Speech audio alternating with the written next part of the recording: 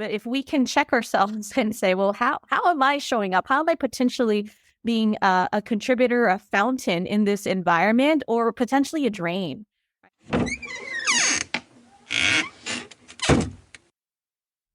Exude Human Capital hosts Hold On, Let Me Close My Door, bringing real HR stories from real professionals with real solutions to you. Join us as we navigate the ever-changing workplace with Allison DeFlorio, co-founder and managing partner, Exude Human Capital, and special guests.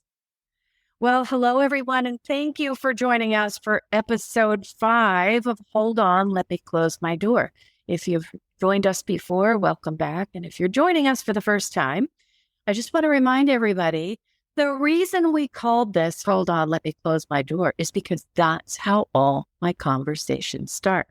And today, in observance of the month of May being Mental Health Awareness Month, we really wanted to focus on a topic that I suspect all of you, that is familiar to all of you, and that's stress and burnout in the workplace. Are they the same? Are they different? I have to share with you some research that I did in preparation for this session. And it's probably not surprising, but in another sense, I find it kind of astonishing. 55% of Americans, according to a recent Gallup poll, are stressed during the workday. Interestingly, that's 20% higher than the world data supports or world data reports. So think about that. Americans are 20% more stressed during the day than others in the workplace. Interestingly, also, the ages in which people are feeling stressed in the workplace, at 65%, those 30 to 49. Think about your employees, think about your staff, think about your managers in that age group, followed at a close second at 64% with the ages 15 to 29. So if you think about the two age groups that are reporting the highest levels of stress are those that may make up a significant portion of your workplace. So when I was thinking about, well, who could shed some light on stress and burnout in the workplace, the first person who came to mind is one of the calmest, steadiest individuals I have ever had the pleasure of working with. And that is Carla Chin, Director of Wellbeing with Exude Inc. Welcome, Carla. Hi, Allison. So excited to be here. It's funny when you said the calmness, you should have seen me this morning with my children.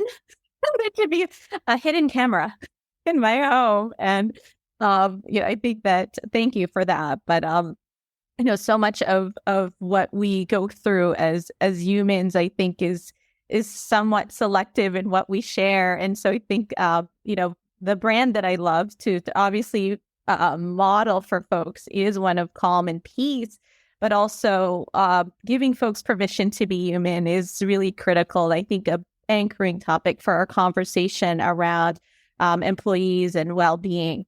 So thanks for having me here today. Carla, just hearing your voice is giving me peace on my otherwise stressful day. So thanks for being here. I was hoping you could share a minute or two just about some of the work that you do with clients in this space. Yeah, thank you for that opportunity. Allison, you've known me long enough, and I often shared how grateful I am to have a role, to be able to do this kind of meaningful work. It aligns with my purpose and my passion. I get to work with hundreds of organizations in developing well-being strategies, creating a culture of well-being, whether it's through consulting work, working on well-being resilience programs, and even programs around helping leaders model resilience through coaching engagements. So it's been a widespread and very diverse kind of offering that we've had for our clients. But ultimately, it goes back to the core goal of ours is to how do we rehumanize organizations and enable employees to flourish in all areas of life. That's incredible. And where I'm so grateful to have you. One of the things that I always think of when I think of Carla is on her desk. We used to work very closely together, and on her desk, she would have this poster that said, "Be responsible for the energy you bring to this space." And Carla, I was just wondering if you could just share a little bit about that and how that has become kind of your mantra as it relates to stress. Thank you. It's still on the desk and it's in my home. And pretty much every client engagement I have, I give a little like framed quote of Dr. Jill Bolte Taylor's quote. It's actually, please take responsibility for the energy that you bring into this space. And that was birthed, that I developed this quote or the graphic for it because I couldn't find it anywhere, not even Etsy, over 12 years ago at this point. And it was when I was pregnant with Karina, my oldest daughter. And I wanted it to be the anchoring wall art in her nursery. And I knew, because becoming a new mom, I was like, oh, this is going to be really interesting and potentially challenging to continue prioritizing my well-being. And so that was really more of a personal statement for myself as a reminder and affirmation, and now have brought that into workplaces. And it's the self-responsibility and self-leadership that I think is really important as far as the gist of that statement, that, we're going to ebb and flow through moments of stressful periods and easy phases of our life. And we're going to interplay with other folks that are experiencing ups and downs. But if we can check ourselves and say, well, how am I showing up? How am I potentially being a contributor, a fountain in this environment, or potentially a drain? Right. And I think that takes a lot of self-awareness, mindfulness, and being able to thoughtfully pause, and also prioritization of our own well-being, right? Feeling worthy enough and valuable enough to actually take care of ourselves, and correlate that to having a greater impact in the lives of others and those who we support and work with. I love that. I just play that in my head before I show up to meetings or events when I'm having one of those days. Carla, before we get into our formal questions, I want to share a little bit of context for our listeners. And, it's fair to say that in the last few years, there has been an inordinate amount of stressors impacting people, and particularly people in and outside of the workplace, but it's coming into the workplace.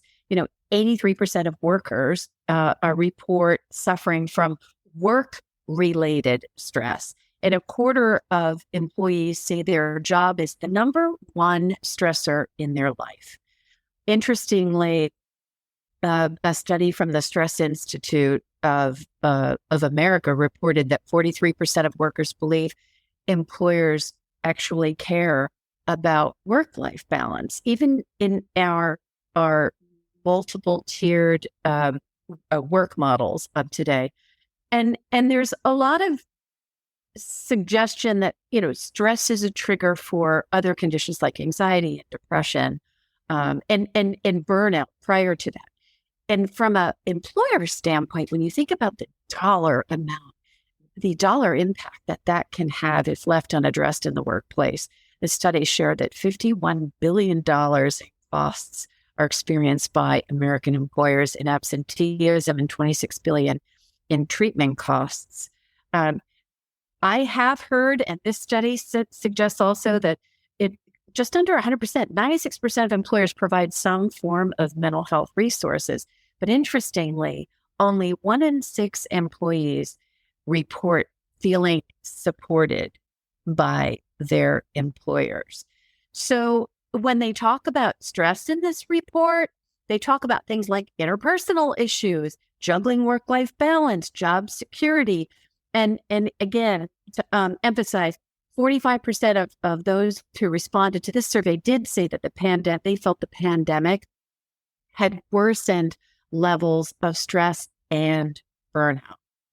So that said, Carla, can we start by kind of what is the difference between stress and burnout in the workplace?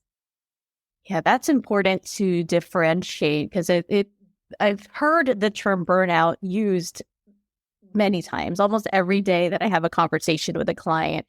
And stress also is part of that. And oftentimes we can misuse words, right? And words are powerful to describe our experiences. So from a different perspective, stress, the best definition I like to use for stress that just hits the mark is it's what happens when our needs are not met, right? And I'm sure there are more sophisticated the definitions if you Google, but at the core, right, this means that anytime we're experiencing stress, typically, right, we can even check ourselves. Think about the last time you felt stressed, right? What need did you not get met? It could be hangriness, right? As simple as physiological needs. I just haven't eaten and now I'm starting to behave and my stress behaviors are showing up. It could be a need for feeling respected, seen, and valued, right? And so there are all these really important core needs that we have that are unique to us. How stress shows up is different than how burnout shows up, right? And stress is more hyperactive. It could be a overengagement. So when our emotions are overreactive, the demeanor is one of more like anxiety or hyperactivity. Right? And folks can keep going with stress. Like the stress switch could be on for years and years and years, and those needs may not get met without anyone really realizing that that's what they're going through. It's low-level chronic stress, and that's really most of society. What happens is when the needs are not met for a long period of time, and what we call the allostatic load, it's sort of this cumulative effect of daily stressors year after year without sort of like the wear and tear, right? A stress effect. Then that can lead to burnout. And so burnout is really three components. So I think it's important to define and describe what these components are for it to be a diagnosed burnout condition. First is exhaustion. So this is a number one. If this doesn't exist as part of the symptom, then it's likely not burnout.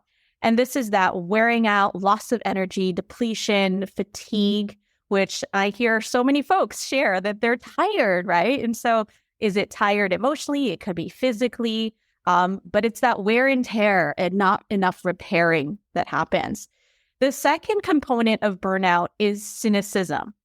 And this could look like in the workplace setting, depersonalization, right? Disengagement. So when you think about the data and the impact to the organization and so much investment in trying to keep employees engaged, this is a really important one to focus on in terms of burnout, right? This is the negative and inappropriate attitudes towards others, irritability, withdrawal. And even in your team's work, right, Allison, when you think about D&IB, right, like just how do you, like the ability to create more inclusive, psychologically safe spaces greatly diminishes when burnout is one being experienced from even a teammate or collectively, because there is a contagion effect emotionally that happens, almost like a residue, right, from that cynicism. And then the last piece, which is really a product of exhaustion and cynicism combined, is a sense of inefficacy, right? So if I'm exhausted, now I'm just withdrawn. What's the point in doing this work, right? So there's that disengagement piece. And of course, that's going to lead to feeling like I'm not really doing a good job, an increase in insecurity around that. And of course, job insecurity could be part of all of that bundling in, right? So you think about societal factors that also interplay with these experiences. You've just said so much in that explanation, and thank you for doing that. I think it's helpful to hear kind of those three behaviors, if you will, or there's three things to look for to help distinguish between when is this something that is just regular stress and when is this something that, okay, this is an issue. One of the things I'm hearing from employers and from their managers of all levels of an organization are, I don't have time to deal with this. When did my job become a job where I had to actually look out for the mental health of my employees? And we're in this environment where I may be in a remote or a hybrid space where I may not see Carla all day, every day, and I may not have the opportunities to observe these kinds of behaviors. Carla, when I'm sure your clients are feeling the same, What kind of advice do you have for employers or managers how to navigate these symptoms that if they see these symptoms in their employees? Yeah, it's been a huge shift in terms of just the well-being field, right? And organizational well-being. Historically, it's been let's throw programs at employees and expect and assume that they have the agency to just take it on and deal with their stress, right? It does have to be looked at through, three different lenses, right? So at the individual level, are resources being provided? At the leadership level, are folks trained to be able to even notice or support folks that are struggling?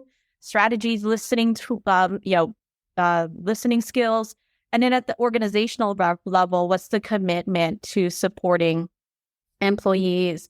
And so just a few examples that I think are good starting points, because what I'm finding is that this could be an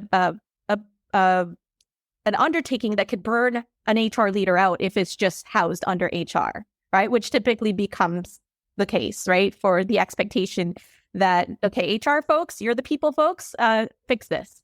And I will say that that's where we put the brakes on when we're doing consulting work with any organization, that it needs to be a collective commitment, not just from HR leaders, but really all levels, right? The modeling of it is really key. So I think there's low-hanging fruit opportunities that, if an organization doesn't have the budget or the internal resource to do an undertaking of this, starting with awareness is really key. And that could be training leaders and really all staff around, how do we notice when folks are struggling, right? Basic human skills, right? But we don't learn this in school typically, right? So what are the signs and symptoms when someone may be experiencing anxiety or depression? How can we have a piece of this, right? Some sort of responsibility in being noticers, because a leader or manager may not always be the touch point. I may not talk to my team every day, but someone else in that team might connect with that person more than I do, right? So it would be a missed opportunity to expect one person to be the noticer for everybody. So I think making sure folks are either trained, also stigma reduction is really the first step, because so much of this is personal, and with burnout and job insecurity and all of that happening in the mix, right? When folks are stressed, negativity bias kicks in. So, maybe all is well in the organization, but our brain will usually go into worst case scenarios. So I think that's another thing to think about for leaders and managers, that the catastrophizing tends to amplify when there's stress, right? And it's contagious in many ways. So training around, how to support folks, what resources are available, and not just for leaders specifically, but if there's a way to normalize it. And I've seen this one happen wonderfully in situations where I didn't even prompt it. I'm in a meeting with a town hall style session, and a leader speaks up about their struggle with mental health, right? Maybe not to the very fine detail, but just sharing that this topic that we're talking about is really important. This is my lived experience. And they owned it, right? And they didn't throw anyone else out there that didn't feel ready to share. But then it ends up creating this domino effect of people feeling like, wow, like that person is human, like that they're not perfect, or they don't expect me to be perfect. So I think the modeling is really key, especially with the mental health crisis happening and will continue to unfortunately worsen, right? That's where our data is showing leading to. So I think there's a modeling of leaders. There's the collective understanding of this is common. This is actually not unique. There are so many people struggling. Anxiety and depression are the top two most common mental health disorders. And I think we can all raise our hand and share that we know at least one person experiencing that. So it's no longer, these stigmatized type of mental health conditions that are, just over dramatized and honestly inaccurately portrayed in media or movies, right? It's like my neighbor, my there's so many folks that have these types of experiences. So I would say those are good starting points. Let me pause there, and then I can share more best practice stuff, but anything then to add to that, Allison? Well, I just have to make a comment. I think all of the HR people who are listening right now just gave you a standing ovation when you said that this shouldn't just fall into the laps of human resources. I think the stress and burnout for human resources professionals over the last few years in particular is really astounding. So thank you for addressing that group and making that point. Um, you know, Something that I've had the pleasure of attending or participating in a program that you have delivered around one of the areas that you said is important is, helping develop noticers, people at all levels of the organization who can see when someone that they work with may not be behaving the way that they normally do. And that's the mental health first aid program. Can you just share a little bit? I just think it's a fantastic resource, and I think it may be helpful for listeners to know a little bit more about that. Yeah, absolutely. I mean, it's a mental health first aid is a certification program. It's a national certification program. Actually, it's global. It started in Australia, and now many countries have adopted it and tailored it to the resources available in each country.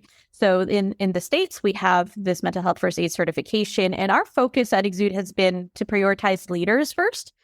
So when we facilitate this, it's usually people leaders that are part of this, and then we can then share it with all other employees. This is an extensive training highlighting early signs, worsening signs, and crisis situations when it comes to mental health challenges. And it does include an evidence-based action plan and how to support someone who's struggling. So it's universal in terms of application. I've used the mental health first aid at the grocery store, at Target. I mean, it's wonderful. I mean, with any human, really, you can use this with. And it's a wonderful skill to have. I'll share one of the most common feedback that I get from folks who go through the certification, specifically managers.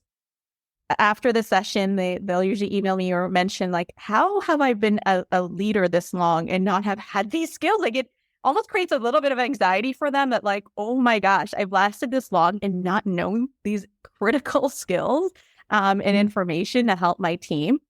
And so I think that's a gift that can be given to really any leader, because a lot of times they'll think of family members they know that they could use this with, or, like I said, neighbors or friends. So it does help reduce the stigma when an organization models that this is something that they're committed to. One of our clients have almost 100% of their leaders gone through the certification. Another client has almost 90% of all staff that have gotten certified. And then we develop refresher courses, like a lighter version, and support around like stigma reduction. Because I really do think that is, if there's a stigma and a thick wall of stigma, then it's going to make it almost impossible for folks to feel safe reaching out for support to their managers or even to each other, right? And that's the first barrier that's really important to dismantle.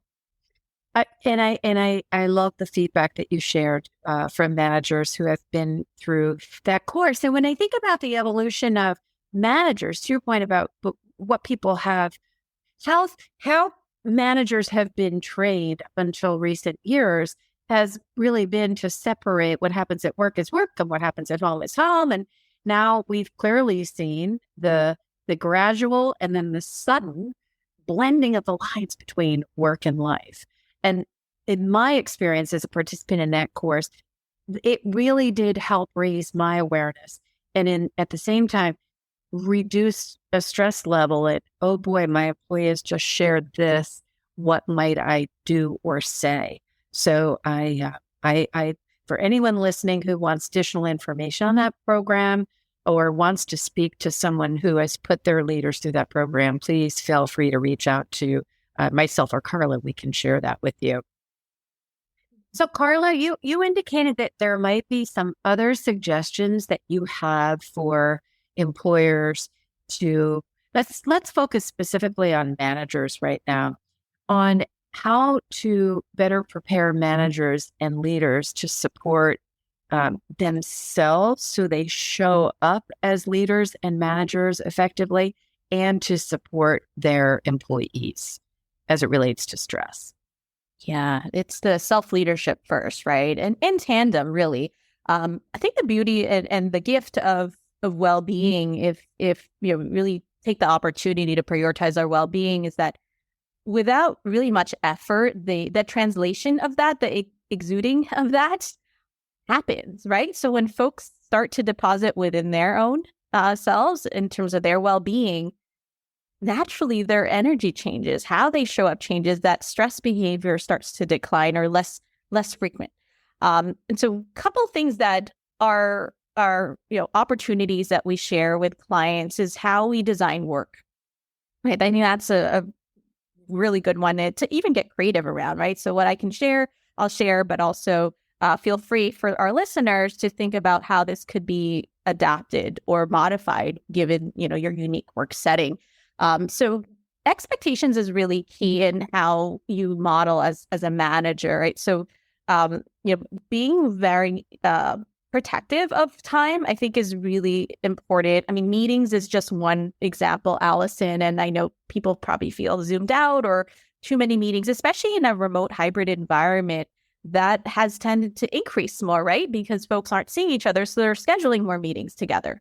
But even just making sure that if I'm scheduling a meeting, right, give folks, schedule it for 45 minutes or 50 minutes versus an hour. Like giving people transition time is really important for stress management and also prevention of burnout, because our brains have a very difficult time going from one activity, especially if it's a heavy activity, right, a mentally draining activity or a difficult conversation, and to expecting that we're going to be high performers the next minute when I click on another meeting, right? So just even being thoughtful of ending meetings or scheduling it intentionally. I've been scheduling a lot of my meetings for 50 minutes, right? If it's an hour meeting, and you know what, work expands with time is one of a great quote that I like to live by, that we will find ways to fill the time if we give the time, right? We create more efficiency if we know there's only less time. You still often will get as much done. You're just much more intentional about how you spend that time. So giving people that buffer time is really key. And then that gives you buffer time as well. Another way to think about leading teams and also giving yourself that gift is starting meetings, and maybe not all meetings realistically, right? But the sort of piloting, if you don't do this already, how you start your meetings. So usually there's casual chit chat that happens in the beginning of meetings for a lot of folks, right? But being more intentional about injecting either a grounding activity or a prompt, some humanization, something to help humanize the experience. So one way, and Alison, you've probably been in my sessions where I'll put in a chat or I'll put in the screen, describe how you're feeling in 1 to 2 words today. No need to explain, no need to elaborate, but it just gives me often a pulse on how's everyone doing, and everyone else gets a sense of like, ooh, Allison said she's really tired today, or Carla said that she's annoyed, right? And so you do it enough, it normalizes that we're human, we're going to have a different range of emotions, and it creates empathy in many ways, because I've facilitated sessions where now, so-and-so's been really quiet this whole session. Okay, that makes sense because I have context on the front end that this person is just going through something, or maybe they didn't get enough sleep or whatever they shared, right? So rather than judging someone as, well, ineffective or not being a contributor, it gives us an opportunity to see it through a different lens. So how you start those meetings, at Exude, we often do a minute to arrive, or just a minute to just ground ourselves. So if you are in back-to-back meetings and 50-minute meetings, or less than an hour meetings, or 5-minute meetings are realistic versus 30, even knowing that people's brains need transition time. So what we'll do often is set our timer for a minute before a meeting and just give that catch up, like, oh, let me just I haven't really taken a deep breath in like a 2 hours, right? So just giving people those pause opportunities and how you design work, how you interact with them. And it also benefits you when you're facilitating that, right? Because it's a win-win. A lot of times it helps me catch up with, what did I want to say? Okay, let me position this, or get a bathroom break in that you really needed, that we don't give ourselves that gift. So just kind of some not additional time to have to do these types of strategies. And I think I'll end with one important point. Whatever you design needs to not add more time to people's calendars, right? Because that would be counterproductive. What we hear a lot, especially in our consulting work, is that it's often not a lack of offerings or benefits that people aren't getting. In fact, a lot of the benefits are underutilized, right? A lot of well-being benefits, a lot of these apps, a lot of these new things that are coming up. It's like, how do we get people to use it is a challenge. And so it'd be a missed opportunity for an organization to keep adding benefits without assessing systemic challenges potentially, right? Infrastructure issues, how work's done, how it's designed. Because if I feel like I can't even take a bathroom break because I'm booked back to back, how do you expect me to call EAP and try to figure out a provider that I can call or use these programs, right? So I think if we can be creative in integrating well-being throughout the employee experience, then that shifts our mindset a little bit about well-being, because it's really the entire experience as an employee. There's hundreds of opportunities for touch points. You said so many things that I think are really valuable there. And the meetings piece, whether it's how you start them, which ones do you really need, or which ones could you shed, even if it's for a particular week because your staff is experiencing, unexpected additional challenges, but giving people back that gift of time wherever you can is just that in and of itself, just the act is a tremendous stress reliever. Carla, I started this off by saying you're one of the calmest people that I've ever been with, except for one time when you and I had a trip to New York, which was the first time that I got to see Carla under a little bit of stress. And as she did right there, our way, we won't bore you with the details of our trip to New York City, which, by the way, if you are driving New York City, you are not allowed to make right on reds in the city, which we laughed our way through. But our approach was to laugh through that stressful moment on the way to our client engagement. What's your best de-stressing technique for yourself? Yeah, I have a very cuddly 6-year-old. My oldest child was not a needy, cuddly, physical affection type of child. I will say that best physical affection is one of my love languages. So Jules, and that's almost like resets me. Heart to heart hugs with my 6-year-old goes further and beyond and bang for your buck of time than any massage activity, like any of those like nice, glamorous kind of self-care activities. Hugs, presence, quality time with people that I want to recharge with is really helpful for me. I start when I overbook myself during weeks, and Allison, I'm sure you can relate to this, where there's too many events, a lot of late nights, and not enough time with my family and kids. That's when I start noticing my stress behaviors really ramping up. And all it takes is even 5 minutes of just presence time, quality time, cuddles with my kid. That just recharges me so fast. It's kind of like if you took a battery charger and it was like, an iPhone, it's like it charges in 5 minutes. It's like that's sort of the effect that it has on me. I just feel recharged even thinking about you hugging your daughter. So thank you for that. Any parting tips for our listeners today? Yeah. Let me. I go back to what I always go back to as far as my overall message that I hopefully can inspire folks to digest and embody. And it's something I mentioned earlier. It's giving ourselves permission to be human. I think if we model that, they can really help anchor us into being better role models of well-being and giving people permission to be human as well. To your point earlier, Allison, the world of work has changed, right? There's the family stuff that's come in now. There's personal, we're dealing with mental health challenges and crisis. And it could be really uncomfortable, right? To shift that mindset that this is actually the whole package of the person now needs to be embraced and given space to exist.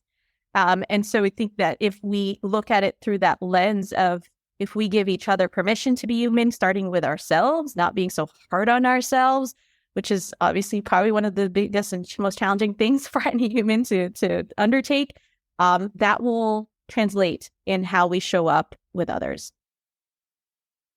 Thank you so much for being our guest today. And to all our listeners out there, thank you for taking a few minutes. Hopefully you take away a few little golden nuggets that will help you, or perhaps help someone you work with, to reduce their stress in the course of the workday. I want to leave you with a quote that I think about when I have one of those days where you feel like things are just kind of coming at you, and what can you do to regroup? And it's you can't change the direction of the wind, but you can always adjust your sails. So this is Hold On, Let Me Close My Door. Until next time.